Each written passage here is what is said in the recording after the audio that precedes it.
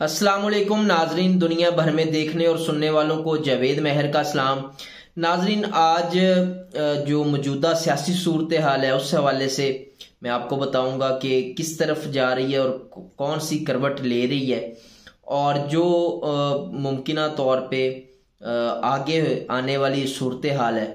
वो क्या होगी और मामला किस तरफ को जा रहे हैं और जो परवेज़ इलाही ने आज बयान दिया है उसकी क्या अहमियत है और उसकी क्या ज़रूरत थी, इस पे मैं आपको बताऊंगा। और जनरल रिटायर्ड बाजवा ने किसको फ़ोन किया और क्या कहा ये भी आपको मैं ब्लॉग के अगले हिस्से में बताऊंगा। तो सबसे पहले जो मौजूदा सियासी सूरत हाल है वो यहाँ से शुरू होती है कि कल इमरान खान साहब ने जो असम्बलियों की डिज़ोल्व करने के हवाले से बात की और उसमें उन्होंने तारीख दी कि 3 दिसंबर है उसको मैं असम्बलियाँ केपी और पंजाब दोनों की डिज़ोल्व करूँगा और इस दौरान जो हम टाइम ले रहे हैं इसमें वो मुमकिना तौर पे स्पीकर कौमी असम्बली जो हैं उनके सामने जाके अपने इस्तीफ़े जो है वो पेश करेंगे और उसकी तस्दीक करेंगे कि हम इस्तीफ़े दे चुके हैं, आप इसको कबूल करें। तो ये उनकी कल की स्ट्रेटजी थी जो उन्होंने कौम के सामने रखी और उस हवाले से उन्होंने ऐलान भी किया।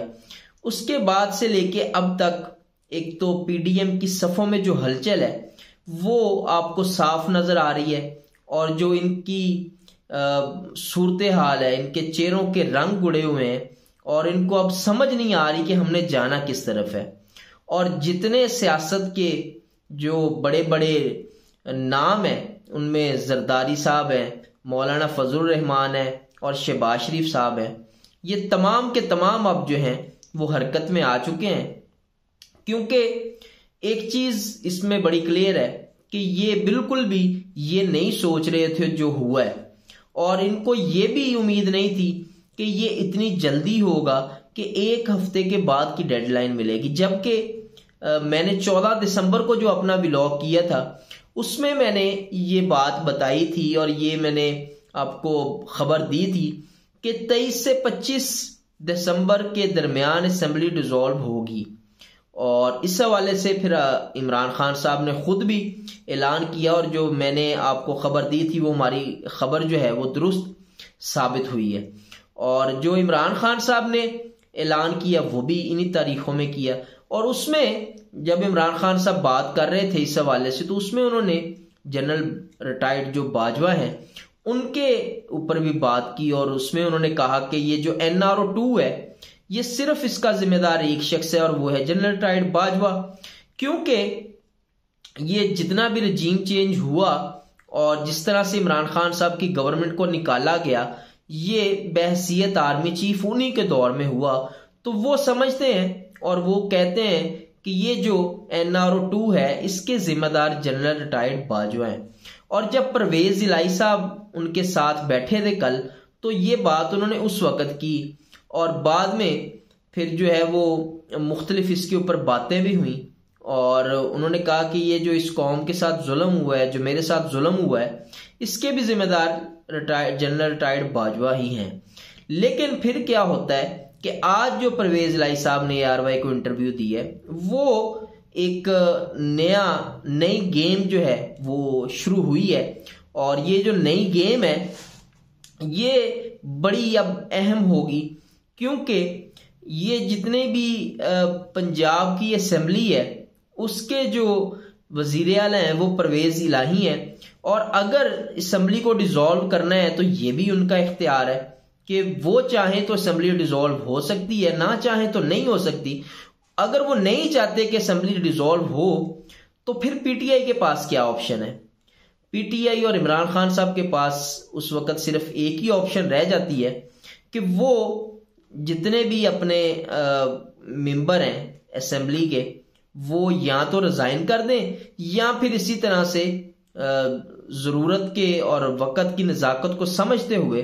अपना टाइम गुजारें और इस दौरान जो है वो अपनी तहरीक को किसी ना किसी तरीके से आगे बढ़ाते रहें।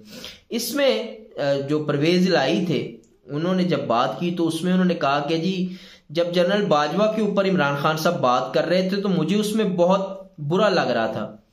क्योंकि जनरल बाजवा हमारे मोहसिन है। देखें, एक बात तो बड़ी क्लियर है और ये बात आपको भी समझनी चाहिए कि काफ लीग और परवेज लाई हो, कोई भी इनकी पार्टी का बंदा हो, मोनस सिलाई है, ये बारहा कह चुके हैं कि हमारे एस्टेब्लिशमेंट के साथ राब्ते रहते हैं और एस्टेब्लिशमेंट जो है वो हमारा उनके साथ जो तल्लुक है वो बड़ा मजबूत है और जो है वो एक स्ट्रॉन्ग तल्लुक है। तो इसमें तो कोई शक नहीं है। इसकी मिसाल तो हालिया मौजूद है दिनों की, माजी में अगर आप माजी में भी देखें तो इसकी मिसाल मौजूद है कि इमरान खान साहब कहते हैं कि जनरल बाजवा मुझे कहते थे कि जो परवेज लाई हैं इनको आप वजीर आला पंजाब बनाएं। तो इससे तो एक बात बिल्कुल साबित होती है कि जो चौधरी परवेज लाई हैं उनकी वफादारियां तो बहरहाल एस्टेब्लिशमेंट के साथ है और ये शुरू से और अब भी इनका यही तरीकाकार है कि एस्टेब्लिशमेंट की पॉलिसियों को लेके आगे चलते हैं। काफ लीग की अपनी पॉलिसी मैटर नहीं करती, क्योंकि एस्टेब्लिशमेंट की जो पॉलिसी है और एस्टेब्लिशमेंट इनको जिस तरफ लेके जाना चाहती है ये मुबैना तौर पे उसी तरफ जाते हैं और इनकी भरपूर कोशिश यही होती है कि एस्टेब्लिशमेंट पाकिस्तान की जो है वो एक मजबूत और उसका सियासत में बड़ा अहम रोल रहा है माजी में भी और आगे आने वाले दिनों में भी रहेगा। ये कोई इतनी जल्दी खत्म होने वाला रोल नहीं है और ये कोई इतनी जल्दी खत्म होने वाली बात नहीं है और ये इस हवाले से बड़े चौधरी साहबान मफादात को देखते हैं। सबसे पहले ये अपना घर देखते हैं, बाकी चीजें बाद में। सबसे पहले ये अपना घर देखेंगे, अपने मफादात को देखेंगे, इनको क्या फायदा हुआ ये देखेंगे। क्योंकि अब इस वक्त सवाल ये भी पैदा होता है कि जो चौधरी परवेज लाई हैं अगर वो इमरान खान साहब का साथ छोड़ते हैं इस मौके पे और अगर कोई गड़बड़ करते हैं तो ये किसका नुकसान है? सबसे पहले तो ये चौधरी बरादरान का, चौधरी परवेज लाई का स्पेशली और मोनस लाई जो है ये इनका अपना नुकसान है। क्योंकि ये जो वजारत आला है ये इसमें इमरान खान साहब की मेजॉरिटी सीट्स हैं और उनकी ताकत से परवेज लाई जो है वो वजारत आला पे बैठे हुए हैं और इमरान खान साहब के साथ हैं। उन्होंने ये बारहा कहा कि जी हम इमरान खान साहब के साथ हैं और इमरान खान साहब जब हमें कहेंगे हम असेंबली को डिसॉल्व कर देंगे। इस दौरान अब ये भी एक उन्होंने यहां तक तो बिल्कुल क्लियर है, लेकिन कल के जो बयान है उसको लेकर के आज उन्होंने बड़ी बातें की और उसमें उन्होंने फिर जनरल फैज हमीद का नाम भी ले लिया कि जी जनरल फैज हमीद ने बड़ी ज्यादतियां की हैं हमारे साथ और वो हमें अच्छा नहीं समझते थे। और जब मैंने बाजवा साहब को शिकायत लगाई तो उन्होंने जो जनरल फैज हमीद थे उसकी ठुकाई की और उसमें उन्होंने बताया कि जी मुझे तो इमरान खान का हुक्म है कि आप ये करें। अब एक सवाल ये भी यहां पे पैदा होता है कि क्या आर्मी चीफ जो थे उस वक्त के जनरल बाजवा, क्या आईएसआई चीफ उनसे ज्यादा ताकतवर थे? अगर बाजवा साहब ने ये बात उनको कही कि ये फैज हमीद ने किया है और फैज हमीद ने कहा कि इमरान खान साहब ने कहा है, तो क्या जो इंस्टीट्यूट है बहसियत आर्मी चीफ, क्या जनरल फैज हमीद उनकी बात नहीं मानते थे? क्या वो अपनी कमांड की बात नहीं मानते थे? ये तो बहुत बड़ा जुर्म है कि अगर वो अपनी कमांड की बात नहीं मानते थे और अगर वो कुछ ऐसे फैसले करते थे जो कि जनरल बाजवा के नॉलेज में नहीं थे, ये तो एक जुर्म है और इसकी सजा जजा का जो तरीकाकार है वो भी आर्मी के कवानीन में वाज़ेह है कि अगर आप अपनी कमांड की बात नहीं मानते तो वो क्या है। तो इसमें ये एक सवाल जो है वो बनता है कि क्या जनरल बाजवा की बात नहीं मान रहे थे और जनरल बाजवा के जो फैसले थे फैज हमीद साहब उनको लेकर के नहीं चल रहे थे? ये सवाल अपनी जगह पे मौजूद रहेगा। और अब जो खबर है वो ये भी है कि जनरल बाजवा ने चौधरी परवेज लाई को फोन किया और उसमें उन्होंने गिले शिकवे किए। ये आज जो ARY में बात की कमरुज़्ज़मान कायरा ने, उसमें उन्होंने कहा कि जी परवेज लाई साहब को फोन आया जनरल बाजवा का और उसमें उन्होंने गिले शिकवे किए और उसी में फिर बातें हुई और उसकी वजह से जो चौधरी परवेज लाई हैं उन्होंने ये बयान दिया। इस तरह से उन्होंने बात की। और इसमें एक बात और भी आप याद रखिएगा कि आने वाले जो दिन है उसमें जो 23 दिसंबर है वो डेट तो आ गई है असेंबलियों को डिसॉल्व करने के हवाले से, लेकिन मुझे जाती तौर पे ये नहीं लगता कि असेंबली 23 दिसंबर को डिसॉल्व होगी। उसमें अगर परवेज इलाही साहब दस्तखत कर भी दें, सारा कुछ हो भी जाए,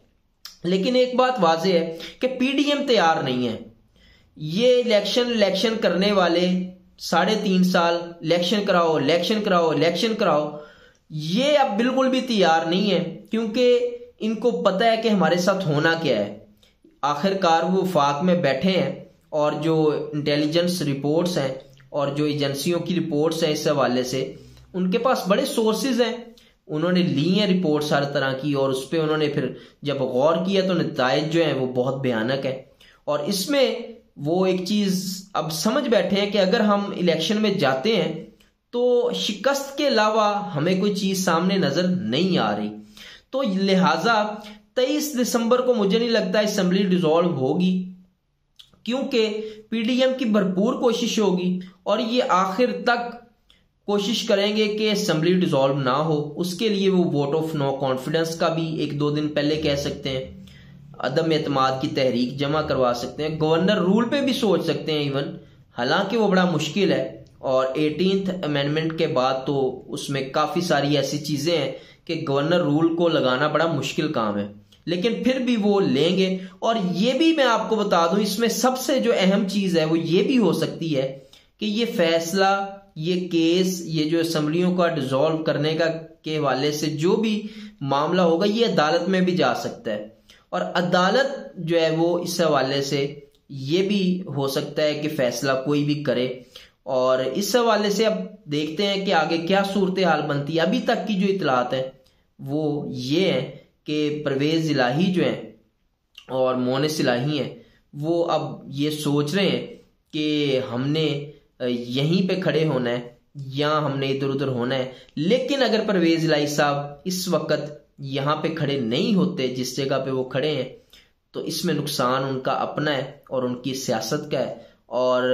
जिस आप माजी में देख लें, जिसने भी इमरान खान का साथ इस वक्त पे छोड़ा है, उसकी सियासत का जो खात्मा है वो यकीनी हुआ है और वो मुकम्मल तौर पे उनको शिकस्त हुई है। तो ये परवेज इलाही साहब का और मोनिस इलाही का सबसे बड़ा इम्तिहान है कि वो कहाँ पे खड़े होते हैं। तो आज तक के लिए इतना ही, मिलते हैं इंशाल्लाह अपने अगले व्लॉग में कुछ नई खबरों के साथ, नए तज्जियों के साथ। अपना और अपने इस चैनल का ख्याल रखिएगा। पाकिस्तान जिंदाबाद।